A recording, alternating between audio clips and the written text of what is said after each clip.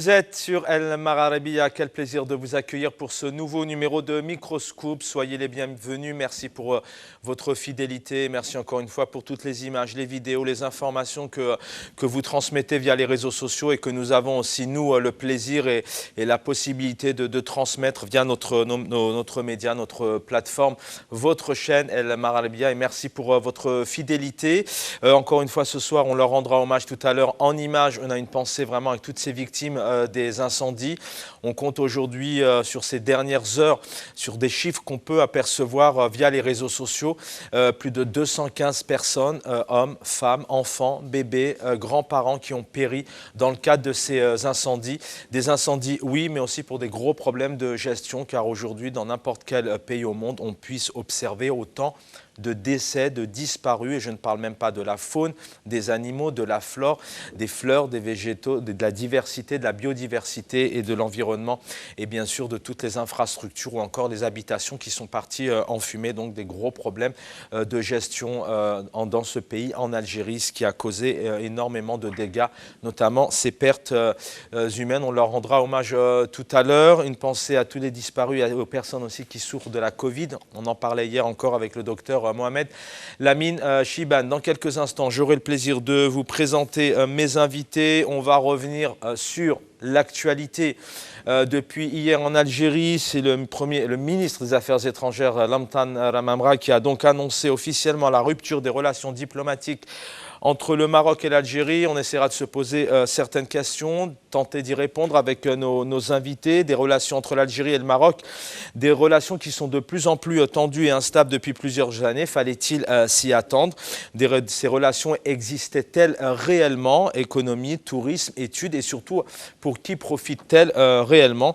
Le régime algérien, les autorités politiques algériennes ont énormément de difficultés en termes de relations diplomatiques avec la France, avec l'Espagne, avec des pays arabes comme l'Arabie Saoudite ou encore avec le Maroc. Est-ce que réellement l'Algérie demain pourrait aspirer à avoir des relations diplomatiques normales, et ces autorités politiques, ce régime pourra-t-il en effet essayer de moins s'isoler? On parle aujourd'hui d'isolement, de fermeture d'un pays qui fermait, plus de tourisme, plus de relations diplomatiques. Donc on essaiera de répondre à ces questions tous ensemble. On reviendra surtout, c'est le titre de l'émission, vous l'avez vu, hein, ennemi intérieur, ennemi extérieur avec le Maroc, mais dans quel but? Après Rachad, après le MAC, après aussi maintenant El Mararabia, en tout cas on l'a vu il y a quelques jours. Pourquoi le Maroc et surtout ses actualités? Ce sont des sorties en grande pompe devant les médias, on en parle énormément, mais malheureusement on parle très peu. C'est pour ça que nous ici on essaie de le faire, de l'essentiel, c'est-à-dire la révolution qui continue, certes pas dans la rue mais d'une autre manière, mais surtout le plus important, c'est le peuple algérien qui est face à lui-même, qui est livré à lui-même. La Covid continue, la crise sanitaire continue, les incendies sont peut-être terminés, en tout cas aujourd'hui ils ont tous été éteints, mais il y a des dégâts humains qui continuent, il y a des dégâts psychologiques. Donc on essaiera bien sûr de revenir à l'essentiel. Qu'est-ce qu'il y a derrière toutes ces annonces, l'utilisation notamment, par exemple, du MAC de Rachad ou du Maroc? Est-ce que cela est pour divertir, faire diversion, intimider? On en parle avec nos invités. Comme chaque soir, on rend hommage donc aux disparus et aux victimes des incendies en images, et on se retrouve tout de suite après.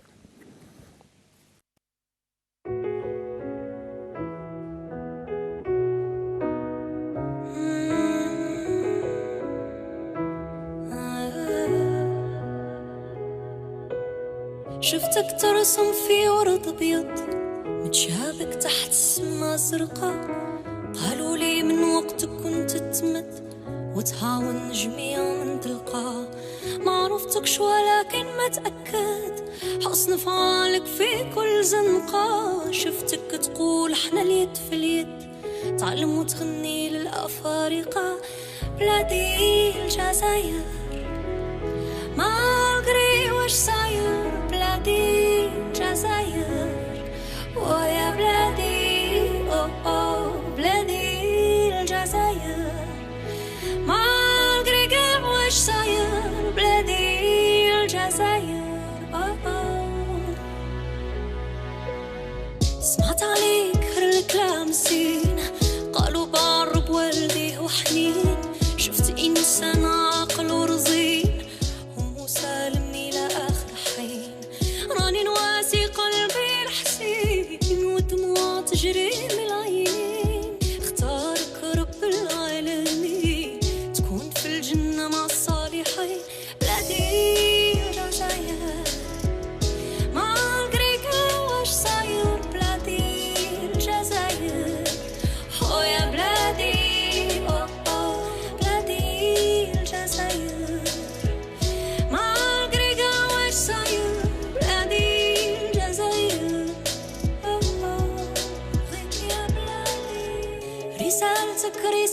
سلام فيها الأمل فيها الأحلام تشوف الجزائر ديما القدام ويضوي في السما العلام احنا حلمك رايحين نحقوه واش تمنيت في عينينا نحطوه طريق الحق عمر ما نخطوه والمنكر بالمحبة نطفوه اسمع لا مسمى يا جمال وفيك تجمع تجويد الخصال انت فنان تتفكرك الاشياء في الانسانيه درس ومثال نطلبوا من الله يصلح الاحوال رقد هاني مرتاح البال الجزائر مات عليها رجال وباش يفرقونا محال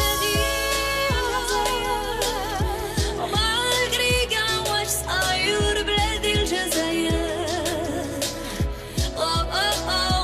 يا بلادي بلادي الجزائر مع القريقه واش صاير بلادي الجزائر يا بلادي يا بلادي الجزائر واللي صاير بلادي الجزائر ويا بلادي وقود بلادي الجزائر واللي صاير بلادي الجزائر ويا بلادي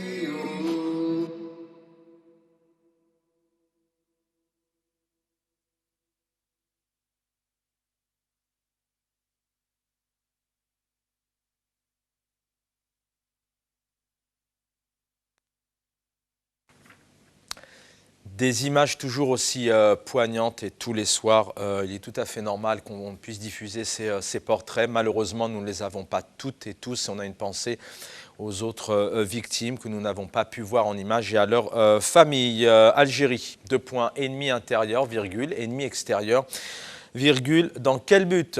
Est-ce que ce sont réellement des ennemis? Mais on commence à avoir maintenant les réponses avec les différents intervenants sur nos plateaux de télévision, mais aussi les différents spécialistes qui interviennent, les militants, les Algériennes et les Algériens qui ont compris maintenant depuis plusieurs années qu'ils ne devaient pas entrer dans ce jeu, notamment de l'intimidation, de la diversion des autorités politiques algériennes. En tout cas, ce sont les conclusions qu'on peut faire encore aujourd'hui, virgule. Donc, dans quel but? Sur le plateau, Lias Djebaili, Hirakis, fondateur, l'Algérie doit droit debout, droit devant, et droit debout aussi.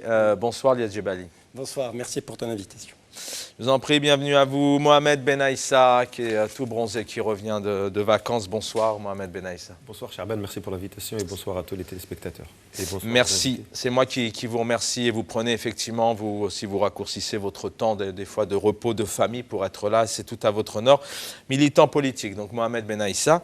Youssef, non, Mourad Yefsah plutôt, bienvenue Mourad Yefsah, c'est une première, merci, ça me fait plaisir de vous avoir ce soir. Merci pour l'invitation, c'est le khair alaikum, c'est le khair à tous les amis et à tous les téléspectateurs. Merci d'être là Mourad Yefsah, militant politique. Avec nous, jeune journaliste, Jugurtay Bersienne en Algérie. Jugurtay Bersienne, bonsoir.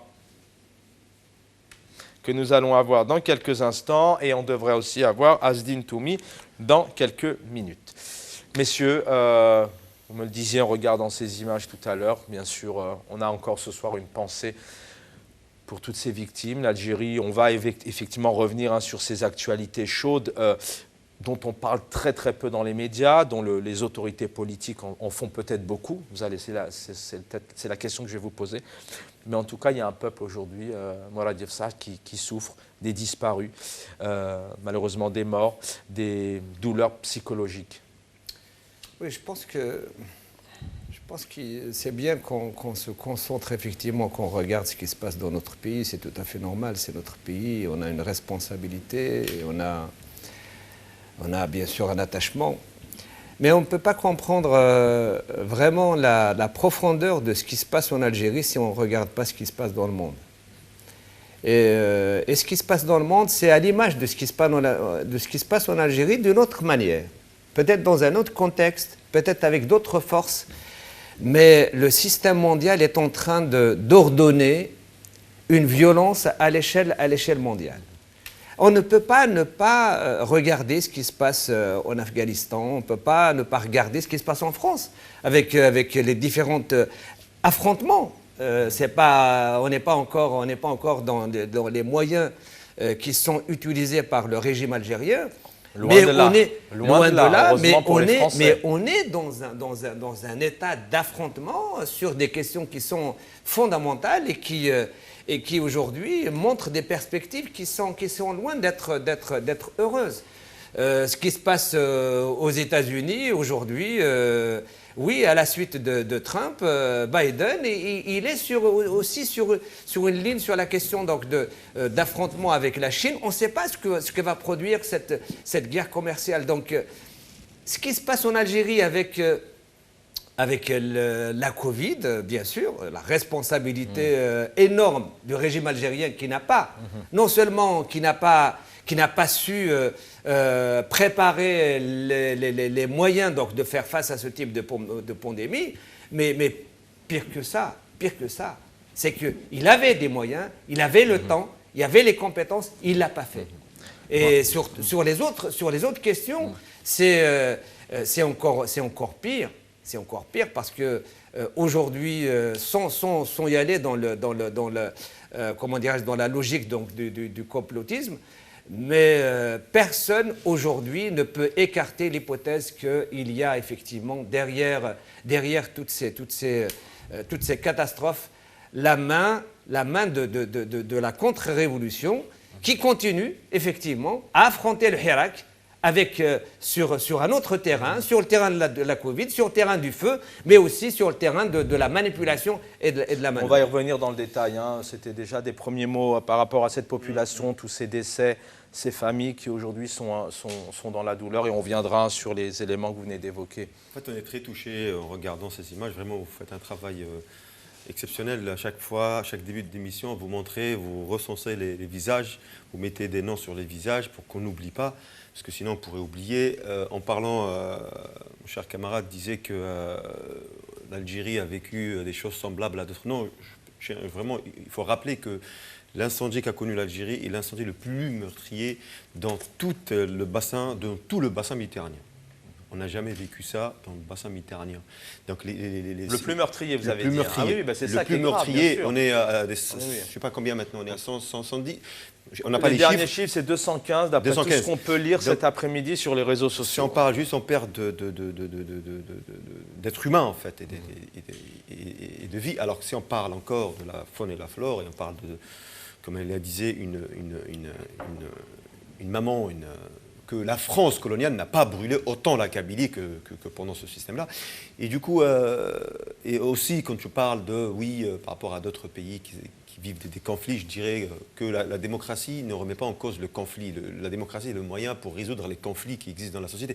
En Algérie, on ne vit pas dans un système démocratique, donc on ne peut plus jamais se comparer ni avec la France, ni avec l'Angleterre, et loin avec d'autres pays. Donc du coup, bravo à ce peuple algérien, bravo à un peuple algérien qui vit depuis maintenant 2 ans, 3 ans sur un rythme d'une révolution, qui remet en cause l'existence et la base, les fondements d'un système corrompu, d'un système totalitaire, et qui tient, et qui a montré que c'est ce peuple-là qui est l'espoir, qui est ce peuple qui est en train de résoudre les problématiques actuelles, qui est en train de chercher qui a commencé à éteindre les feux, qui est en train de chercher et faire des grandes opérations et des collectes pour l'oxygène médical, qui est en train de se débrouiller pour trouver des solutions, c'est le peuple. Qui, depuis des années, se prend en charge, j'ai envie de vous dire. C'est le peuple algérien. Donc bravo à ce peuple algérien, encore une fois.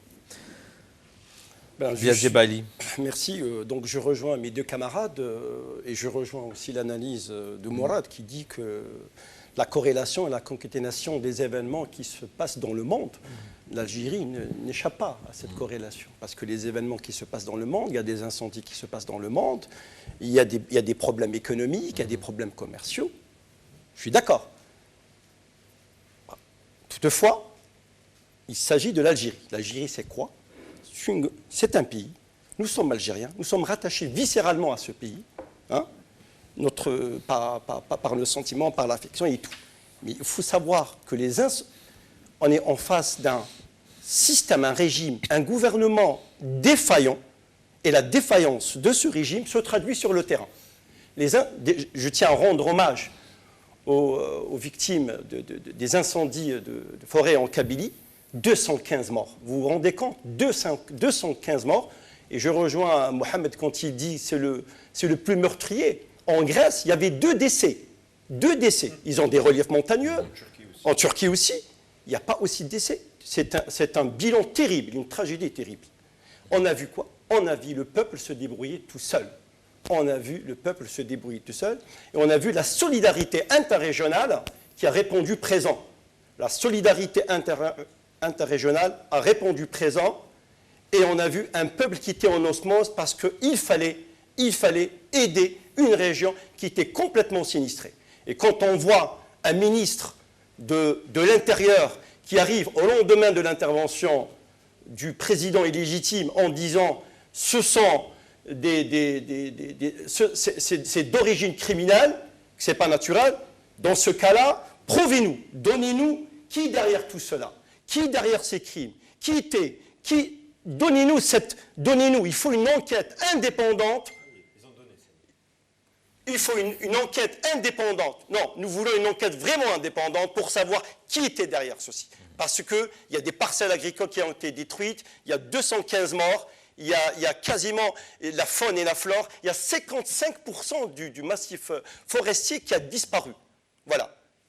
Oui, c'est ce que beaucoup, d'ailleurs, ce qui a encore une fois heurté, le mot est faible, hein, les Algériens et les Algériennes, mais pas que, c'est le fait qu'à un moment donné, il n'y ait pas eu de réaction, que le ministre de l'Intérieur, Kamel Beldjoud, annonce rapidement que c'est criminel. Alors, comment a-t-il fait en l'espace de quelques minutes et puis surtout de ne pas dire OK pour 1 ou 2 Canadair, ça aurait pu aider. Alors, sauver tous les feux et toutes ces familles, je ne peux pas l'affirmer, mais avoir au moins 1 ou 2 Canadair, et malheureusement, le président algérien les a refusés.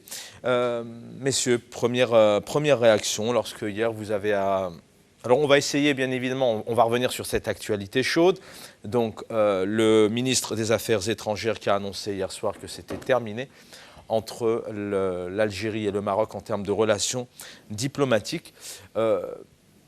J'ai envie de vous dire, est-ce que réellement, il y avait réellement des relations diplomatiques, des relations économiques, des relations touristiques, des relations, est-ce qu'il y en avait réellement? Et puis est-ce qu'avec les tensions qu'il y a maintenant depuis ces dernières semaines, ces derniers mois, le contexte, est-ce qu'il ne fallait pas s'y attendre à ce qu'à un moment donné, officiellement, l'Algérie dit stop? Oui, je pourrais juste deux mots avant d'aborder cette question de rupture des relations diplomatiques. C'est vrai que il y a quand même ce qui vient de se passer en Algérie par rapport à tous les événements. Première responsabilité, elle revient bien sûr au pouvoir en place, au régime en place, au système en place. Pendant plusieurs années, Yahya, ça lui, comment dirais-je, il annonçait des centaines de milliards de dollars de réserves de change. À quoi servent des centaines de milliards de dollars de réserves de change quand effectivement ils ne permettent pas de sauver, de protéger la population? Donc je pense que c'est pour ça que c'est important de revenir sur la faillite des fondements même de ce système et de tous les gouvernements qui se sont succédés depuis l'indépendance. Donc il y a encore beaucoup de choses à dire. C'est-à-dire que l'aspect regarder ce qui se passe dans le monde, c'est parce que je veux aussi attirer l'attention des Algériens pour dire attention, attention, il y a une nouvelle période qui s'annonce. Il y a un tournant à l'échelle mondiale qui s'annonce et l'Algérie ne sera pas épargnée. Et bon, sur la question donc, des relations, tu as raison effectivement de dire est-ce que réellement il y avait des relations? Oui, en réalité, il y a des relations. On ne connaît pas l'ampleur. Mais elles profitent à qui? Puisqu'on sait que les universitaires ont du mal. L'ampleur des enchevêtrements qui existent entre le peuple marocain et le peuple algérien. C'est énorme. Dans tous les villages de Kabylie, il existe des familles d'origine marocaine et au Maroc, il existe énormément de familles d'origine...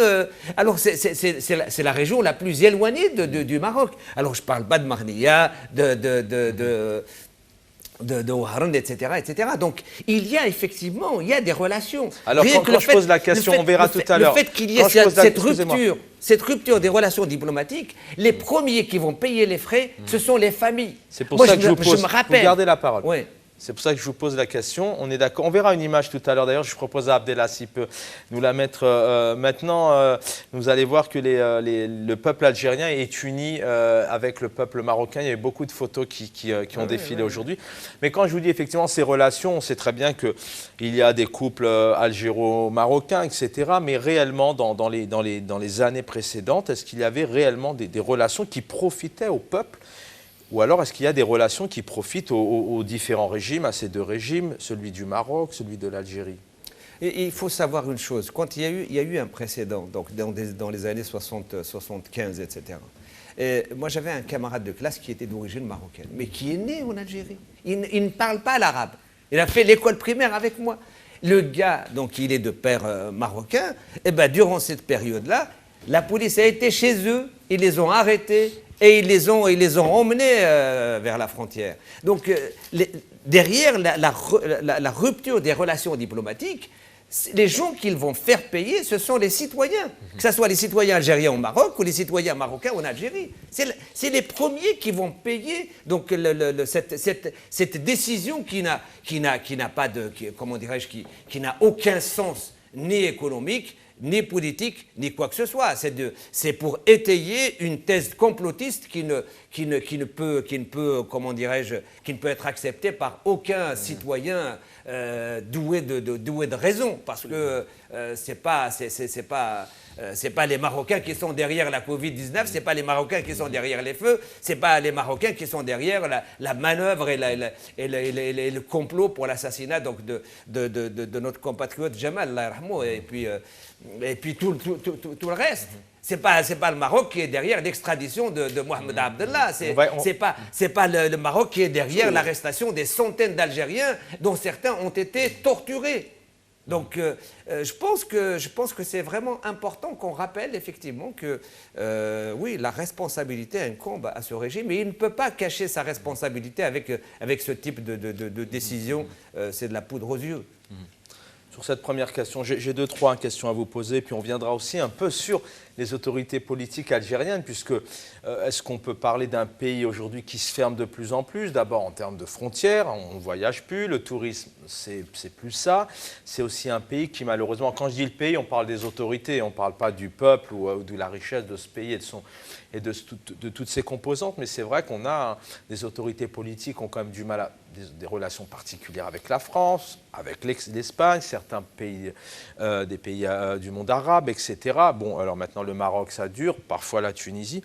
Donc c'est aussi une question qu'on essaiera enfin, vous essaierez d'apporter des éléments. Est-ce que ce régime particulièrement, il a beaucoup de mal avec les uns et les autres? Mais sur la première réaction hier, quand vous lisiez ça, vous apprenez ça, Mohamed Ben Aïssa, est-ce qu'il fallait s'y attendre? Oui, il fallait s'y attendre parce que depuis un certain moment, déjà l'Algérie a fait appel aux ambassadeurs, à l'ambassadeur algérien à Rabat, il est rentré en Algérie pour des consultations. Depuis un certain moment, on a vu que même, j'ai reçu une faute que l'ambassadeur du Maroc à l'ONU a glissé cette fameuse feuille où il parlait de peuple kabyle qui méritait, je ne sais pas quoi, méritait plus d'autonomie. Donc voilà, on savait très bien que c'était une tacle à l'Algérie par rapport au soutien au Polisario. Donc c'était de bonne guerre entre les deux régimes. On sait très bien que les deux régimes l'un utilise l'autre comme épouvantail pour cacher son échec total hein, sur tous les plans, hein, politique, économique, social. Donc on s'y attendait, mais on ne s'y attendait pas vraiment de chuter à ce niveau-là. Mais est-ce que, alors, je pousse un peu la réflexion, oui. Comme ça vous avez les éléments les uns et les autres. On sait que là, dernièrement, tout de même, avec les incendies, la Covid, Jamel Ben Smaïn, Mohamed Abdallah, etc., on a quand même des autorités, une DGSN qui accentue énormément sur toutes ces affaires, le MAC, Rachad, le Maroc. Est-ce que, encore une fois, sans polémiquer, mais est-ce que c'est un peu voulu de dire, bon, on prend cette décision-là maintenant pour vraiment accentuer sur une autre actualité qui pourrait être cet ennemi extérieur, le Maroc, et ne puisse se préoccuper quelque part de la vie des Algériens. Oui, en fait, c'est toujours, vous avez bien donné le titre à l'émission, c'est toujours l'épouvantail, l'ennemi extérieur et l'ennemi intérieur. Donc le Maroc était depuis un certain moment l'ennemi extérieur, pour un petit peu cacher beaucoup de choses. Mais si on veut pousser la réflexion plus loin, quand on parle que le Maroc soutient le MAC et Rachad, donc on veut couper les relations avec ceux qui soutiennent ces deux organisations, alors que c'est faux du tout. Ces deux organisations ne sont pas sur le sol marocain. Pourquoi pas être plus courageux que ça et d'aller vraiment couper les relations avec les pays qui accueillent ces organisations. La France, en l'occurrence, pour le MAC, la Suisse et l'Angleterre pour Rachad. Pourquoi ne pas être jusqu'au bout et couper les ponts et couper vraiment... Mais non, pas du tout. Ils ne peuvent pas aller jusque-là. On sait très bien que ces systèmes, surtout le système algérien, vit essentiellement sur le soutien français. Donc il ne pourra pas se dépasser de la France, où il vient se soigner, où il a mis tous ses investissements. Donc c'est juste de la poudre aux yeux. Il y en a qui sont tombés dans une toute petite minorité du peuple algérien, mais la grande majorité du peuple algérien s'en fiche complètement, parce qu'ils savent que ce n'est pas le Maroc, comme vient de dire mon cher camarade, ce n'est pas le Maroc qui est derrière toutes les crises qu'on a connues depuis l'indépendance, ou même maintenant. La crise de la liquidité, la crise de l'huile de table, récemment, la crise de la farine, tout ça. Est-ce que c'est le Maroc qui est derrière? Je ne pense pas. Et en plus, ça fait la risée dans... Ça serait pour gagner du temps, faire de la diversion. Mais quand on dit que c'est le Maroc qui est derrière les feux de forêt, mais ça ne rentre pas dans la tête d'un bébé, en fait. Le Maroc, comment il peut faire ça? Et en plus, on dit qu'Israël pouvait faire ça. Mais c'est quoi ce délire? Pourquoi couper avec le Maroc? Parce qu'il y a Israël derrière et la France. Et tous les pays qui ont des liens permanents avec Israël. Après, on peut approfondir sur l'Afrique, que Israël pénètre la sphère africaine, mais c'est normal parce que l'Algérie est absente totalement. Depuis 20 ans du règne de Bouteflika, on s'occupe de partager, voler l'argent du peuple, détourner l'argent au lieu de se préoccuper de la géopolitique algérienne. En fait, la rupture des relations diplomatiques entre le Maroc et l'Algérie, franchement, si on analyse bien, elle était attendue parce que Tebboune, il a dit... Ou est-ce qu'elle existait déjà non officielle? Les relations étaient rompues en 1976, suite au renvoi des 450 000 Marocains la veille de l'Eid, les renvoyer en famille, 450 à l'aube, les renvoyer au Maroc. Et puis, elles ont été rétablies en 1988 par Chadli Benjedid, grâce à Chadli... c'est Chadli Benjedid qui a rétabli les relations. Après, elles ont été rompues en 1994 suite à l'attentat dans un grand hôtel à Marrakech, au Maroc, soi-disant que c'était les services secrets algériens qui étaient derrière tout ça. Zerouel, à cette époque-là, il a pris une décision unilatérale, donc il a imposé... il a fermé les frontières. Après, quasiment... Il a fermé les frontières après que les autorités marocaines ont imposé le visa. Absolument. Donc la fermeture des frontières suite à l'imposition du visa par les Marocains. Après, il y a un semblant... Ils ont gardé le minimum de relations diplomatiques, mais réellement, après, c'est vrai, il y a quelques relations, mais ils gardaient toujours le minimum syndical pour entretenir des relations diplomatiques. Au fait, autrefois, dans les grandes nations, du moins dans les grandes nations, quand on passe à la rupture des relations diplomatiques, c'est un acte grave. Il était considéré comme un pas vers la guerre. Et maintenant, on ferme les frontières, c'est-à-dire ils ont rompu les relations diplomatiques pour faire de la gesticulation. Quel est l'effet? Parce que ça nécessite la rupture des relations diplomatiques. Les pays étrangers, la France, les États-Unis, même j'en suis sûr que la Russie, au fond d'elle-même, elle est un peu ébahie à l'idée d'une rupture. Même les deux Corées, la Corée du Sud et la Corée du Nord, ils sont voisins. C'est quasiment, on a un Corée du Nord quasiment enfermé sur eux-mêmes.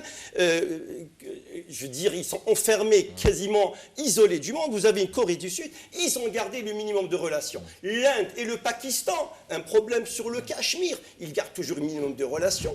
Alors pourquoi est-ce que les autorités politiques algériennes prennent cette décision maintenant, dans cette période où l'Algérie est face au mur, une crise sociale très compliquée, la rentrée scolaire, etc. Pourquoi c'est pris là maintenant? Je disais tout à l'heure, certains parlent de diversion, puissent se préoccuper de l'étranger que de son propre pays, du peuple en l'occurrence. Pour moi, c'est pour assurer la consommation, ce qu'on appelle, on dit en arabe, l'adou l'ouhmi, c'est-à-dire l'ennemi virtuel. C'est pour faire passer aux gens que derrière tous nos malheurs, derrière tous les incendies au Maroc, derrière toute la création et derrière tous ces mouvements, hein, ces mouvements c'est-à-dire Mac ou Rachad, il y a le Maroc qui est derrière, il y a la main du Maroc. C'est-à-dire que le Maroc, maintenant, il est responsable de la faillite, de la défaillance du régime, il est responsable du manque d'oxygène, des concentrateurs, de l'eau, je veux dire de la baguette, de tout. C'est-à-dire c'est le bouc émissaire adéquat. Mais je pense qu'il a accéléré la rupture des relations diplomatiques. Je rejoins Mohamed quand il dit que Omar il est le représentant du Royaume du Maroc aux Nations Unies qui a distribué des prospectifs aux membres du mouvement des non-alignés que, soi-disant, un droit de prétendu du peuple kabyle à l'autodétermination et qu'il subit l'une des plus atroces occupations vieilles du monde. Donc, mais regardez Omar Hilal, quand il est passé à CNN, il n'a parlé aucun mot, c'était juste pour taper sur le régime. Parce que la contrepartie, pourquoi? Le régime algérien aussi, il tape aussi le Maroc sur le Sahara occidental. Et aussi, je pense, la goutte qui a débordé, c'est suite à l'arrivée du ministre des Affaires étrangères israélien au Maroc, qui a dit qu'il y a une prétendue relation inquiétante entre l'Algérie et l'Iran. Moi, je vais dire, chaque pays, il faut être rationnel. Chaque pays il est souverain d'établir les relations avec qui il veut. Moi, si j'ai envie d'établir les relations avec la Corée du Nord, je suis libre. À condition, il faut que ça serve les intérêts de mon pays, tout simplement. Et du peuple. Et du peuple, absolument. Je vais vous donner la parole dans un instant. Youssef Mouradiefsa, décidément. Je veux juste qu'on écoute, qu'on regarde cette image. Charles Pasqua était ministre de l'Intérieur. Voilà ce qu'il dit.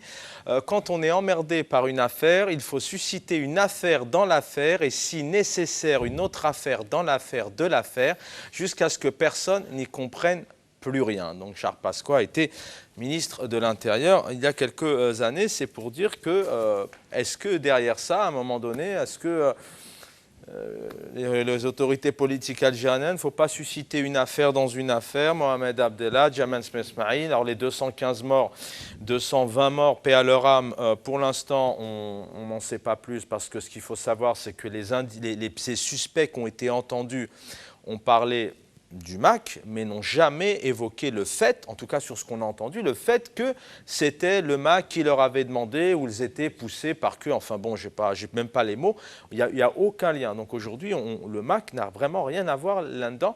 Donc voilà, je voulais vraiment apporter une petite pointe d'humour, mais est-ce que c'est pas vraiment ça? Moi, je pense qu'il faut vraiment s'inquiéter. Cette décision, c'est pas une petite chose. C'est pas seulement pour comment dirais-je, pour passer une période. Ce n'est pas conjoncturel. Ça obéit à une règle dans laquelle le régime algérien aujourd'hui est engagé, qui est celle de la fin justifie les moyens. Ils sont prêts à utiliser tous les moyens nécessaires pour atteindre leur fin. Et leur fin, c'est quoi? C'est rester au pouvoir. Le problème, c'est que ce qui était la situation des années 75-76, la situation des années 80-90 n'est pas la même. À l'époque, la Tunisie était stable, la Libye était stable, le Niger plus ou moins stable, le Mali plus ou moins stable, l'Afrique, l'OUA était dans sa grande majorité sur des principes politiques et de relations qui étaient proches de celles de l'Algérie. Aujourd'hui, au sein de l'OUA est discutée la nécessité d'intégrer Israël comme membre observateur. Donc, la situation en Libye, c'est un État qui n'existe plus. C'est un pays qui est géré par des groupes. Certains sont identifiés, d'autres ils sont changeants, etc. La situation en Tunisie, c'est une situation dans laquelle le président a dissous les institutions élues. C'est-à-dire qu'il a renvoyé chez eux les représentants du peuple tunisien. Donc on est dans une situation quand même qui n'est pas celle ni de 70 ni de 90. On est dans une situation mais vraiment très très dangereuse. Et cette décision, c'est une décision qui risque effectivement de nous emmener vers des perspectives qui ne sont pas celles que veut le peuple algérien. Est-ce que le ministre des Affaires étrangères pourrait revenir?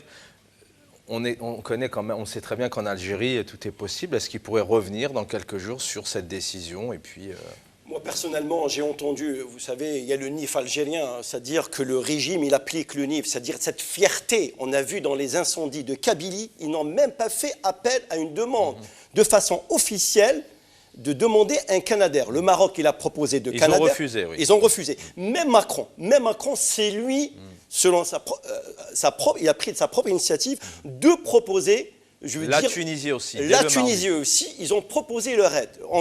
C'est parce que vous êtes en face d'un régime complètement cloîtré, il est isolé, il est enfermé, il est en dehors de la réalité. Il est en dehors. C'est intéressant ce que disait à l'instant Morad Efsah sur cette instabilité dans certains pays, notamment la Libye, mais on a tout de même l'impression que en Algérie, tout de même, peut-être que ces autorités-là provoque ou crée plus d'instabilité. En tout cas, pour l'instant, à l'heure actuelle, dans cette période où il faudrait réconforter, apaiser, mettre de l'action, trouver des possibilités, des solutions dans le cadre de la crise sanitaire, des incendies, on a l'impression tout de même que ce sont des autorités qui provoquent plus d'instabilité qu'autre chose. Mais il a raison, Mourad, quand il dit on vit une période difficile et grave, parce que, voilà, comment ça se passe? On a l'Algérie, on ferme, c'est-à-dire on ferme quasiment, on n'a plus de relations diplomatiques avec le Maroc. Il reste la Tunisie. Je suis désolé, la Tunisie, le président tunisien, il s'est accaparé tous les pouvoirs, quasiment. Il est en train d'assigner des militants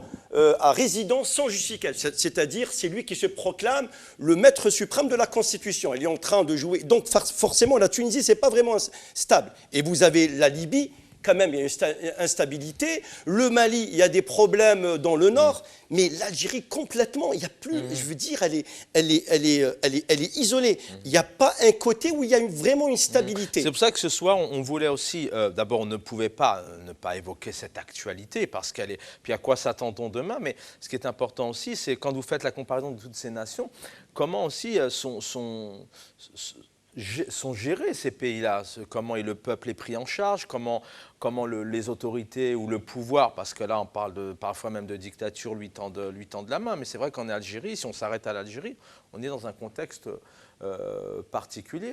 Hier soir, j'avais Hassan Helash ici qui était très optimiste et qui disait à un moment donné, il faudrait que justement à l'intérieur de cette armée, de ces autorités politiques, qu'il y ait des âmes un petit peu qui se relèvent, que des âmes, des limites, des âmes charitables pour essayer d'apaiser, se retrouver, enfin avancer. Et puis, on a pensé à cela au sein de l'armée. Au moins, il peut-être, on s'est posé la question parce que c'est opaque, on ne sait pas qui gouverne réellement. Vous avez, il y a des clans, il y a un clan qui chasse un clan, mais au bout, in fine, vous avez toujours le clan militaire. Donc, il y a une ligne rouge qui n'est pas transgressée. C'est eux qui ont la manette du pouvoir. Mais maintenant, la question qui revient, on se la pose de façon un petit peu spontanée ou légitime, est-ce qu'il y a au sein de cette armée des officiers qui comprennent qu'à un moment donné, où ce régime, où ce pouvoir, il est en train de mener l'Algérie vers quasiment l'impasse, parce que la rupture des relations diplomatiques avec le Maroc, il y a aussi le côté économique, parce qu'avant, on avait deux concessions. On avait la concession qui partait Europe, Maghreb, Europe, c'est-à-dire tu alimentais l'Espagne via le Maroc par Benissaf, Almeria, d'accord? Donc ça veut dire que c'est des recettes qui rentrent. Et vous avez une autre concession, un autre réseau, un pipeline qui part par baie de gaz. Maintenant, tu coupes quasiment, quand les relations diplomatiques sont rompues, forcément le projet économique il n'est pas reconduit, parce qu'il devait être reconduit. Il devait être reconduit en octobre 2021. Donc, au fait, le peuple algérien, il va s'attendre qu'à une seule recette émanant de Medgaz. C'est tout. Voilà, il faut savoir la réalité. Sur le plan économique, au fait, il y aura moins de recettes. C'est pour moi, oui, tout à fait, absolument, pour moi, c'est suicidaire sur le plan économique. Et encore faut-il que le peuple en soit bénéfique. c'est pas. Mais bon, ça c'est la situation le prouve par elle-même. Oui, vous voulez réagir, Mohamed Moi, je Benaïssa? disais que c'est un non-événement, cette déclaration, cette supposée rupture diplomatique. Tu parlais du pipeline qui va vers le... Ils ont changé au départ, ils passaient par le Maroc. Bah, l'Algérie voulait punir un petit peu dans le contexte du conflit avec le Maroc. Donc, ils vont passer directement à l'Espagne. Donc, juste, l'Algérie ne perd pas et le Maroc... Il perd parce qu'à travers le gaz, il fait tourner pas mal d'usines qui produisent l'électricité et tout ça. C'est ça ma Mais question de c'est- départ. Est-ce que réellement, avec les années précédentes, les mois précédents, les relations qu'il y avait déjà et tout ce qu'on Il y avait pouvait rien. entendre, est-ce que réellement c'est un événement Non. qui arrive et qui va générer des conséquences dramatiques vu l'état du pays En fait, actuel, hein? je vais juste Allez-y. finir. J'aimerais dire deux mots. Oui, je vous en prie. Parce que les relations... pardon, Mohamed. Oui, si Excuse-moi. vous avez Je la sais pas, main, je allez-y. suis- hein, ouais, oui, voilà. Excuse-moi, Mohamed. C'est un non-événement, pourquoi? Parce que tu disais, et ce qu'on a dit aussi auparavant, c'est qu'il n'y a pas d'intérêt économique actuellement entre l'Algérie et le Maroc. Il n'y a aucune infrastructure en commun, il n'y a aucun échange. Donc c'est un non-événement. Depuis l'indépendance, il n'y a pas de rapport et de relations économiques. Donc quand on comprend un petit peu la logique algérienne, il faut aller jusqu'au bout. L'Algérie n'a pas le courage ni les compétences pour aller jusqu'au bout, pour créer vraiment un vrai conflit, entre guillemets, comme ce que beaucoup d'autres démocraties, quand on est dans un échec intérieur, on va créer soit une guerre, comme en France, chaque président avait sa propre guerre, mais Hollande, Sarkozy, tous les présidents essaient un petit peu de créer une guerre à l'extérieur ou une intervention pour s'approprier le rôle de leader, le rôle du champion, le rôle du guerrier. Donc l'Algérie ne peut pas faire cette guerre au Maroc. C'est juste un pchit qui va... un appel qui va faire pchit. Elle n'a pas le soutien ni de la France, ni de l'Europe, ni surtout des États-Unis. Rappelons que le Maroc a des très bonnes relations avec les États-Unis, au détriment de l'Algérie. À un certain moment, on sait que très bien, pendant la guerre froide, l'Algérie était pro-soviétique que pro... Elle s'est rattrapée à la fin. Mais donc, parlant aussi de l'Afrique, l'Algérie a perdu énormément d'influence en Afrique, économiquement, stratégiquement, diplomatiquement. Quand on parle d'Israël en Afrique, 40 pays africains ont des ambassades d'Israël. Donc on est où? Économiquement, le Maroc est très influent en Afrique. Quand on parle tout à l'heure, je ne sais pas qui a parlé de compagnie aérienne marocaine, elle a racheté pas mal de compagnies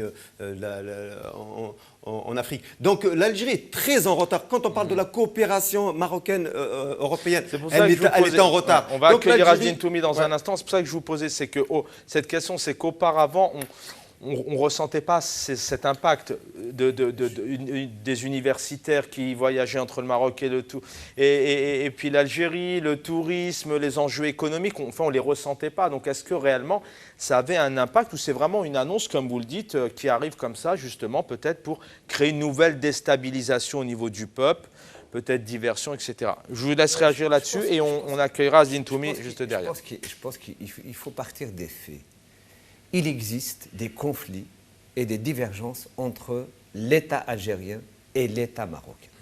Que ce soit sur les frontières, que ce soit sur la question d'intérêt stratégique, question du Sahara occidental, que ce soit question donc de relations diplomatiques au sein de l'OUA, que ce soit par rapport à la crise malienne, que ce soit par rapport à la crise libyenne, que ce soit par rapport à la Tunisie, que ce soit par rapport au Maghreb, il y a énormément de problèmes politiques et d'intérêt économique. Il y a un affrontement, effectivement, y compris sur le terrain économique. Donc, il y a de vrais problèmes. Qui date depuis longtemps. Qui se cumulent depuis l'indépendance et bien avant l'indépendance.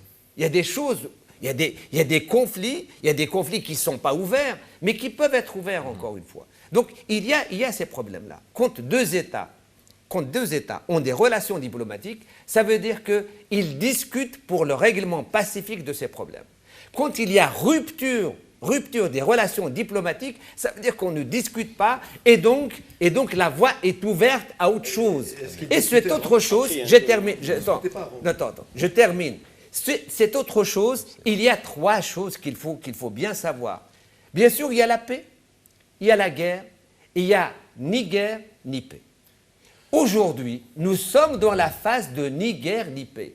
Et la phase ni guerre ni paix entre le Maroc et l'Algérie, c'est un gros problème pour les deux pays et qui risque de nous coûter très cher du point de vue économique, social, politique et autres. En fait, oui. Alors, je vous propose de visionner à l'écran la réponse du Maroc, hein, qui est plutôt une réponse ouverte et diplomatique. Hein, vous allez apercevoir, voilà, hein, qui dit clairement que le Royaume du Maroc a pris note de la décision unilatérale, puisque les Algériens l'ont décidé, le gouvernement algérien l'a décidé hier de rompre à partir de ce jour les relations diplomatiques avec le Maroc. Le Maroc regrette cette décision complètement injustifiée, mais attendu au regard de la logique d'escalade consacrée ces dernières semaines, ainsi que son impact sur le peuple algérien. Il rejette catégoriquement les prétextes fallacieux. Voilà, le Royaume du Maroc qui reste partenaire crédible et qui reste à toute ouverture pour les futures semaines et mois à venir. Azdine Toumi est avec nous. Bonsoir Azdine Toumi, militant politique en Algérie. Bonsoir mon ami Chaban, bonsoir à tous les invités, bonsoir à tous les téléspectateurs. Merci pour votre invitation. Alors on a évoqué depuis le début de cette émission bien évidemment cette actualité, mais c'était surtout aussi s'intéresser un peu pourquoi cette décision. Est-ce que derrière il n'y a pas encore une fois peut-être une tentative d'en faire trop sur un dossier comme celui-là qui, je le rappelle, pour ceux qui suivent l'actualité algérienne, qui est régulièrement remis vraiment sur la table depuis maintenant des mois et des années. Donc pourquoi une décision comme celle-ci maintenant? Mais peut-être avant, si vous le souhaitez, de réagir sur cette actualité. Vous êtes en Algérie, vous êtes algérien, militant politique. D'un point de vue général, même si aujourd'hui c'est des sorties en grande pompe sur les événements autour de Rachad, du MAC, du Maroc, etc., des suspects à la télé, on ne va pas y revenir, c'est vraiment ce que les Algériens vivent au quotidien. Le plus important, c'est le quotidien des Algériens. Comment vivent les Algériens et les Algériennes aujourd'hui, la Covid, les incendies, la crise sanitaire, la rentrée scolaire qui arrive? Au-delà de toutes ces crises qui sont les pénuries d'eau, d'autres denrées alimentaires, et puis l'histoire du manque d'oxygène et les victimes, le nombre important des victimes reliées à la Covid, etc. Au-delà de toutes ces difficultés, nous faisons face à une campagne de démoralisation généralisée. Aujourd'hui, on veut démoraliser ce peuple, on veut le pousser à bout, on veut peut-être le contraindre ou l'obliger à renoncer définitivement à ses revendications politiques, à renoncer au Hirak, à renoncer, pourquoi pas, à l'idée même du Hirak. Donc nous sommes en train de subir une telle pression de tous les côtés pour faire du citoyen algérien qui était dans une révolution exceptionnelle, qui portait des revendications politiques pour le vrai changement, et ils veulent le réduire à un homme de moyen âge qui cherche le sachet de lait ou l'eau ou le pain ou autre chose. Donc aujourd'hui, même sur les réseaux sociaux, tout a été fait pour que nous rentrons dans cette espèce de désespoir. Et puis quand on voit le régime, toutes les questions qu'il est en train de soulever, tous les débats qu'il est en train de soulever ne changent rien en réalité au quotidien des Algériens, et n'apportent aucune solution à la vraie crise que vit ce pays. Or que tous nous savons, et les amis là-bas le savent, et tout le monde le sait aujourd'hui, que le vrai problème de ce pays, il réside dans ce régime, il réside dans ce système qui lui-même, non seulement il constitue la crise, mais il l'engendre. C'est lui qui engendre toutes ces crises, et ça n'en finira pas. Et aujourd'hui, on le voit clairement s'aventurer sur des terrains, sur des chemins qui peuvent mener l'Algérie au point de non-retour.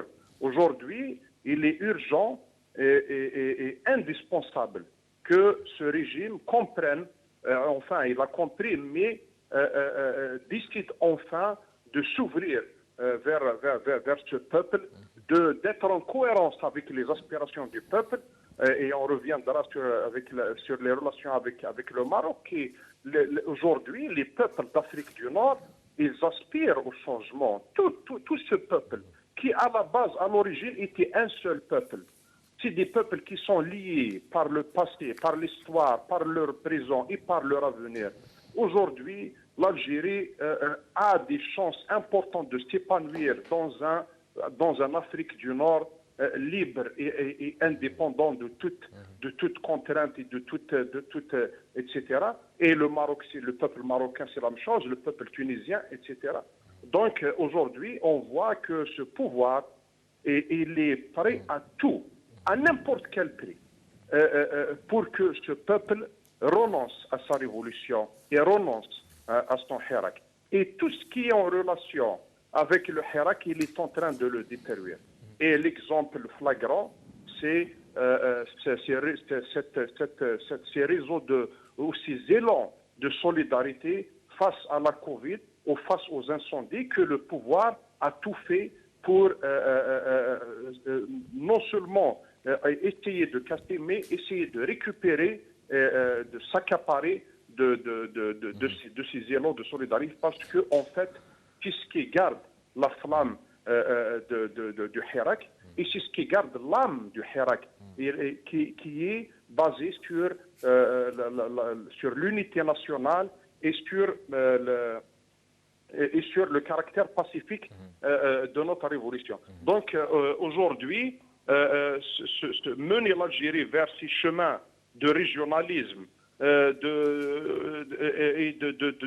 violence, de terrorisme et de main étrangère, ce mélange explosif, et ça aurait pu être très grave, c'était l'histoire de l'assassinat du martyr Ben Smaïl Jamal, ça aurait pu dégénérer si ce n'était le niveau de conscience des Algériens, notamment du père du défunt, Allah yarhamou, mais de tous les Algériens à travers l'Algérie qui ont su mettre une barrière ou arrêter ce schéma qui pouvait coûter très cher aux Algériens. C'est vrai que les Algériens ont eu une très bonne... Oui.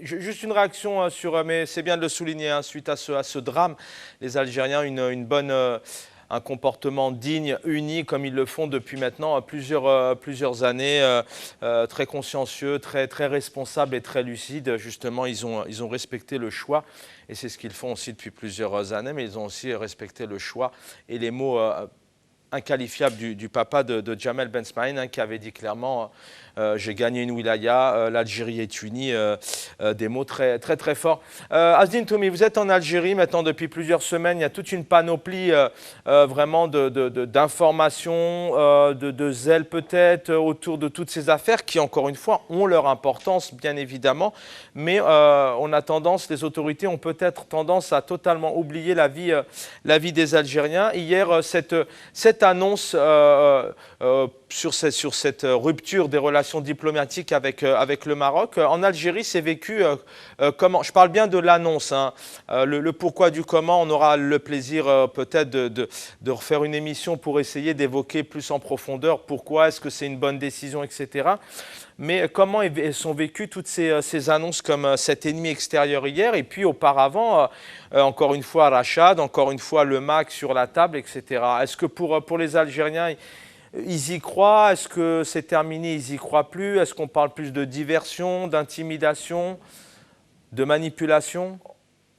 En tout cas, quoi que ce régime fasse pour détourner les regards des vrais problèmes que vit notre pays, il ne réussira jamais à le faire, parce que le peuple algérien, il ne croit plus au discours, il ne croit plus aux images qui sont fabriquées par la propagande, et il ne croit plus à leurs vidéos, à leurs discours qui sont un tissu de mensonges. Le peuple algérien croit à ce qu'il vit au quotidien. Il voit que la situation du pays, elle est en train de se dégrader, et le pouvoir, il fait tout pour que le peuple ne parle pas des vrais problèmes. Il veut engager des débats. C'est vrai que c'est important tous ces événements qui sont en train de se passer, mais on aimerait bien aujourd'hui qu'il y ait des débats, des vrais débats, des avocats, des enseignants universitaires sur la liberté les journalistes sur la liberté d'expression, ou les avocats sur l'indépendance de la justice, les enseignants universitaires pour débattre de la démocratie, de l'état de droit. Mais tout ça, eux, ils ferment tous les vrais débats. Ils sont en train de fermer tous les espaces qui permettaient aux Algériens de s'échanger, d'échanger leurs idées, de débattre les vraies idées. Donc aujourd'hui, on est restreint à commenter des événements, à parler sur des événements qui sont importants, bien sûr. Des fois, il y a la vie humaine qui est en jeu, mais en tout cas, l'échec du pouvoir dans la gestion de ce pays, l'échec du pouvoir dans la gestion de la crise, elle est flagrant et est devenu très clair maintenant. C'est pour ça que je dis il est urgent que les choses changent. Tant qu'il est encore temps de sauver cette Algérie, parce que les chemins qui sont en train d'être menés par les chemins sur lesquels ce pouvoir veut nous mener, c'est des chemins qui sont très dangereux, qui peuvent coûter très cher à l'Algérie. Donc, les relations algéro-marocaines n'ont jamais été excellentes. Elles ont été toujours sujets à des turbulences. Ce n'est pas la première fois. Mais aujourd'hui, à court terme, qui est le bénéficiaire de cette rupture de relations? Et certainement, c'est les régimes qui sont en train, et le régime algérien et le régime marocain, qui sont en train d'être confrontés à de vrais problèmes à l'intérieur de leur pays. Et ils essayent un petit peu de détourner les regards. Mais à long terme, d'autres puissances qui sont en train de se positionner dans la région, et d'autres puissances lesquelles ça n'arrange pas qu'il y ait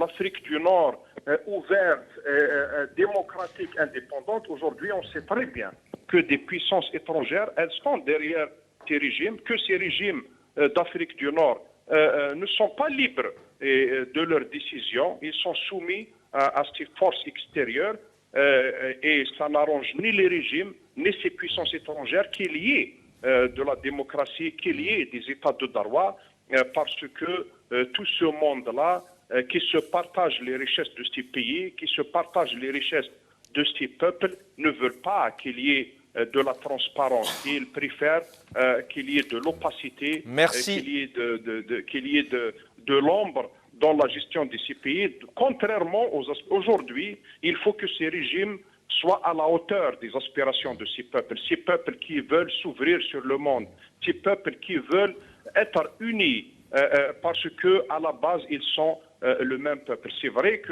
qu'il y a des problèmes de voisinage mais c'est aujourd'hui dans le monde de mon frère Chaban, des pays ils sont en train de chercher des alliances, ils sont en train de chercher des amitiés et ils sont en train de se rencontrer pour faire face d'abord merci Azdine Toumi, je vous laisse géostratégiques, mais pour faire face aussi aux défis qui sont les défis de cette époque. Merci infiniment Azdine Toumi en Algérie, militant politique pour ces réactions.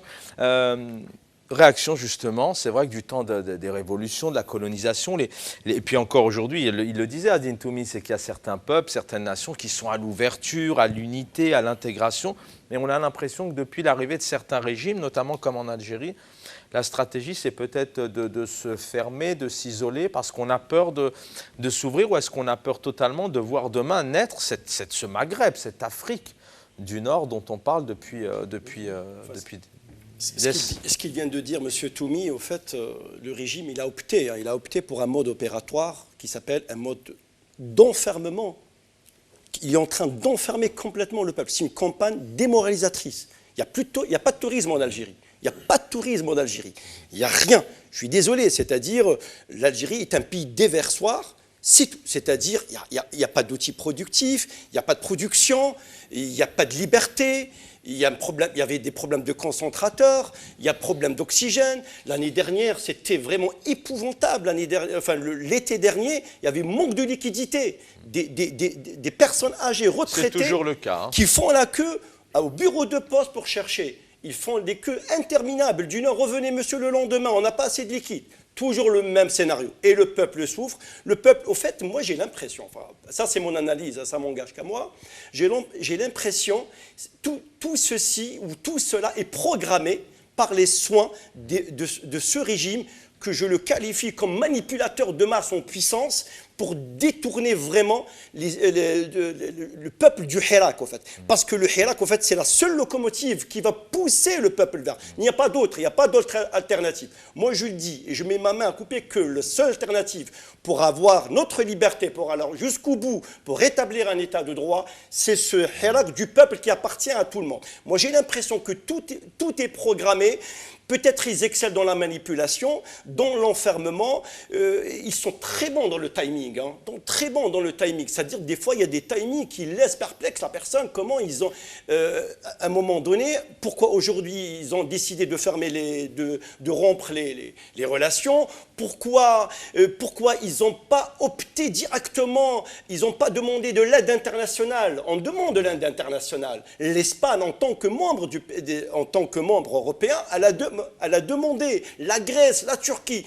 Pourquoi ce régime-là, il n'apporte pas des solutions à son peuple? Non, je pense que c'est une politique d'enfermement pour détourner du peuple de la vraie question, c'est-à-dire le Hirak. Parce qu'il veut anéantir le Hirak. Il n'a pas besoin que le Hirak réapparaisse ou continue son chemin. Voilà. Mourad Yefsah, je ne vous ai pas eu depuis malheureusement cette période dramatique. Quelle analyse vous avez effectivement? Bon, des Canadaires, l'aide internationale a été refusée, en tout cas pas acceptée. Il y a ce jeune Jamel Ben Smaïn qui est extirpé par une foule devant un commissariat.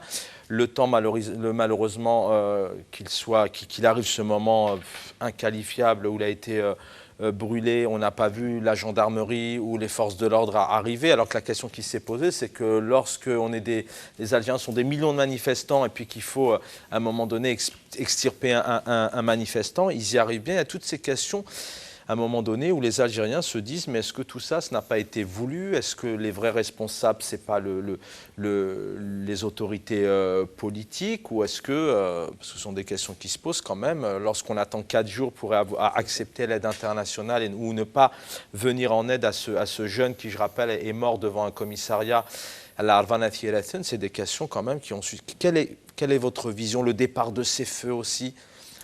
Moi, je pense qu'il ne faut pas qu'on oublie le contexte dans lequel ces événements se sont produits, des événements graves, mais dans un contexte dans lequel l'immense majorité du peuple algérien conteste la légitimité, l'autorité, y compris la légalité des institutions qui sont en place. Confiance totale. Donc on est dans ce contexte-là, on est dans le contexte d'un processus révolutionnaire, on est dans un contexte dans lequel s'affrontent la révolution et la contre-révolution. Ça se comprend. Et les deux camps sont identifiés. Ils sont clairement identifiés. Ceux qui marchent dans la rue, ceux qui ne soutiennent pas, ceux qui ne votent pas, ceux qui ont boycotté, etc., étaient contre ce régime, contre ces institutions, contre les gens qui les incarnent aujourd'hui. Donc on est dans ce contexte-là. Le fait qu'ils n'ont pas effectivement répondu à la crise de la Covid, ils n'ont pas mis les moyens, ils n'ont pas organisé la riposte, ils n'ont même pas fait une campagne d'information, comme ça a été fait pour la première vague. Le fait qu'ils n'ont pas non plus préparé par rapport aux feux de forêt, tous les experts expliquaient que la période était très dangereuse parce qu'il y a une période longue où il n'y a pas eu de pluie. C'est une région très sec, donc il y a vraiment, comment dirais-je, les conditions objectives donc de déclenchement des feux sont parlées effectivement donc de l'hypothèse donc de feux criminels.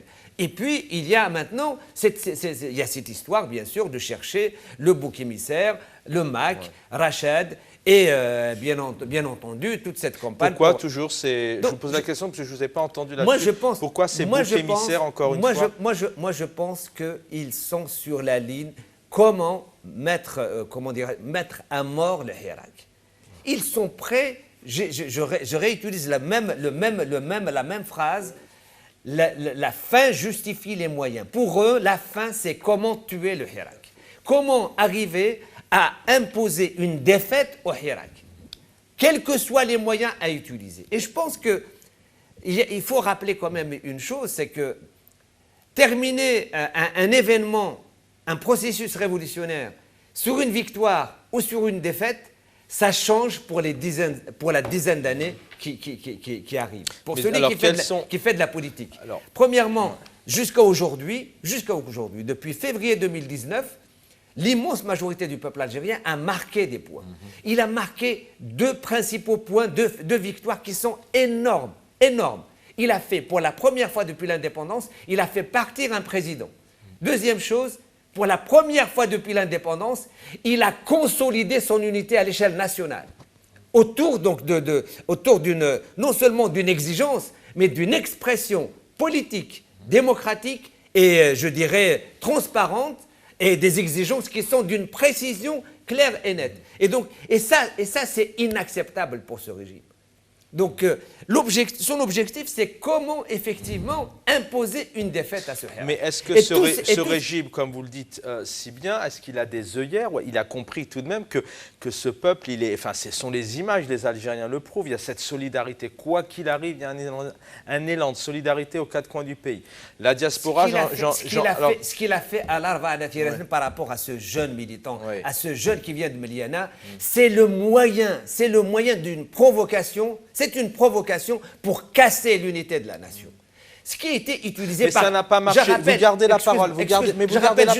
Je rappelle juste un événement. Juste avant 54.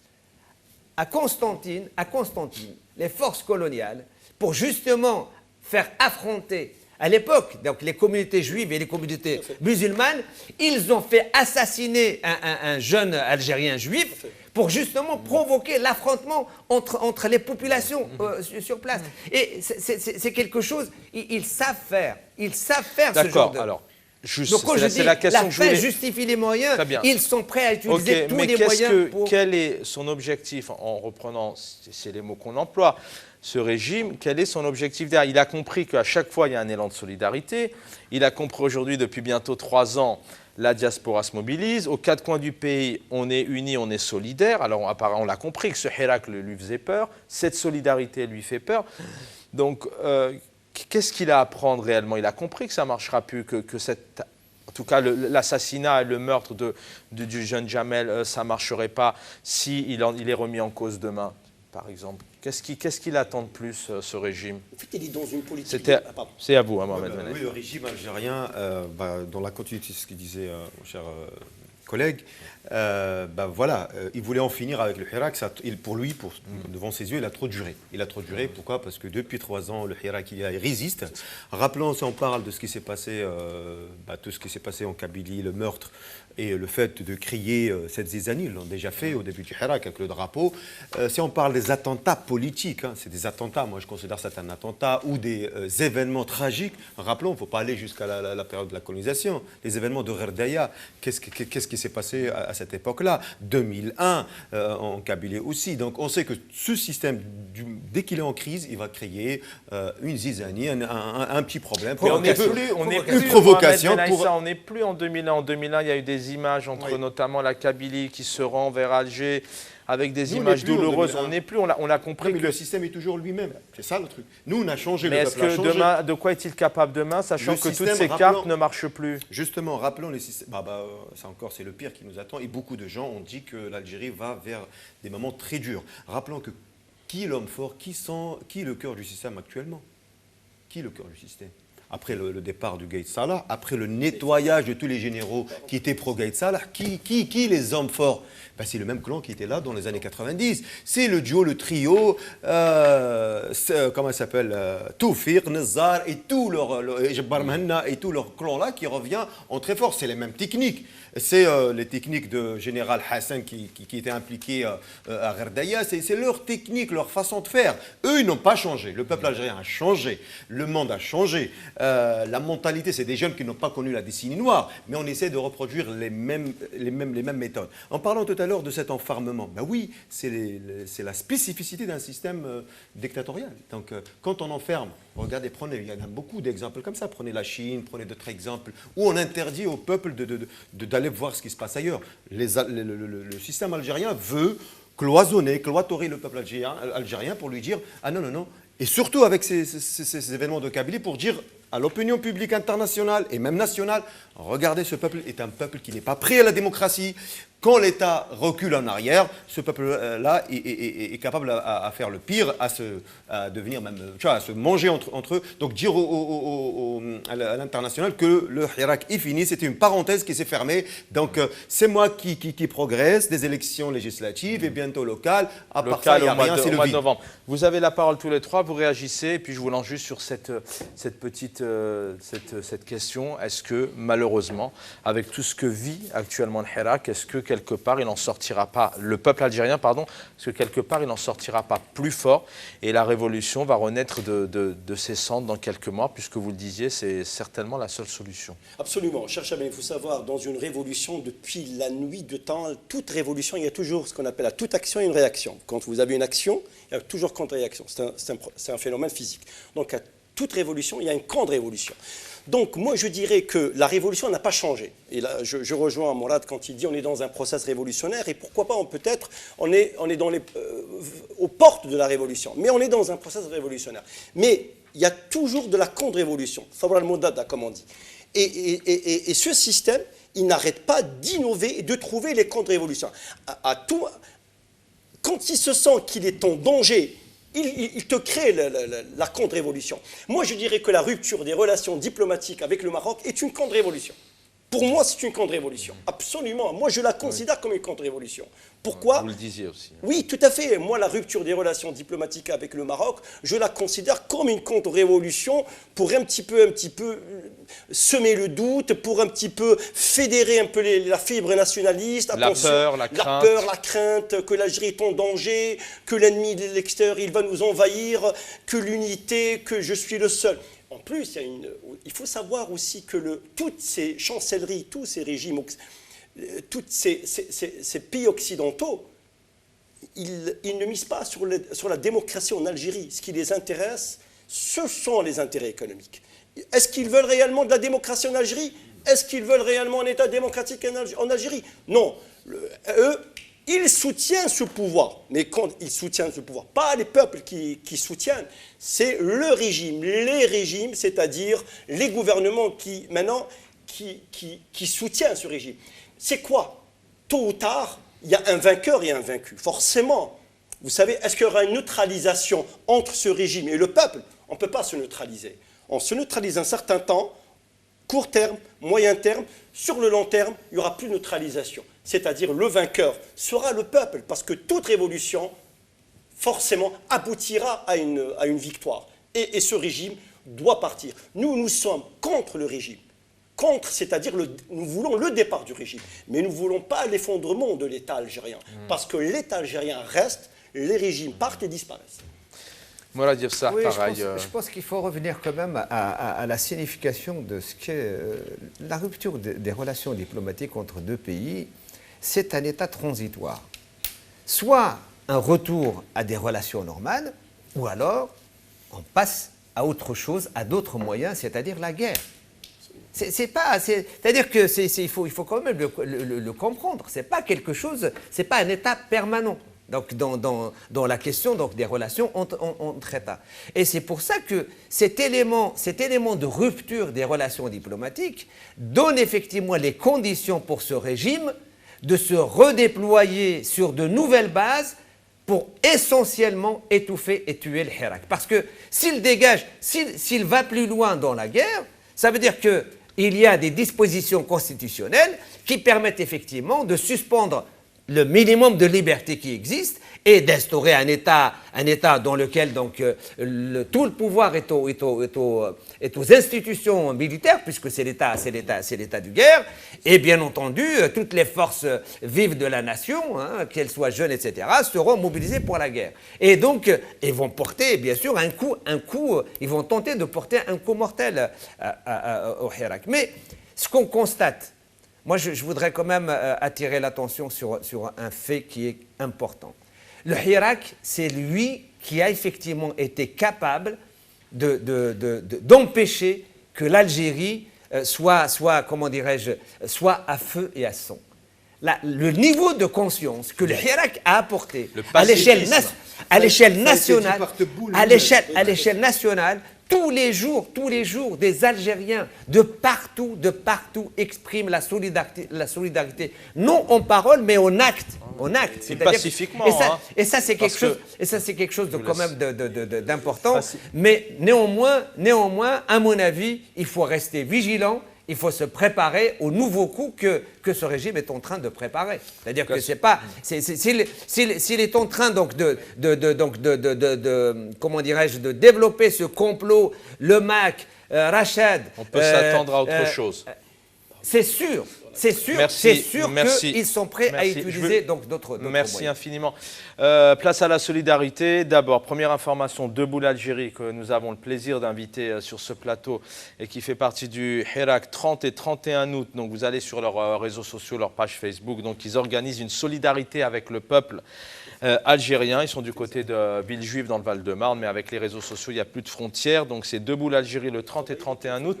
Et demain, vous allez avoir l'affiche à l'écran, rassemblement, voilà, jeudi 26, 14h30, soutien à Mohamed Abdellah, donc, qui a été expulsé, expulsion déguisée, d'après tout ce qu'on peut maintenant entendre depuis quelques jours. Rassemblement pour l'aider, pour le soutenir, lui et sa famille, demain à 14h30 à Paris, devant l'ambassade d'Espagne.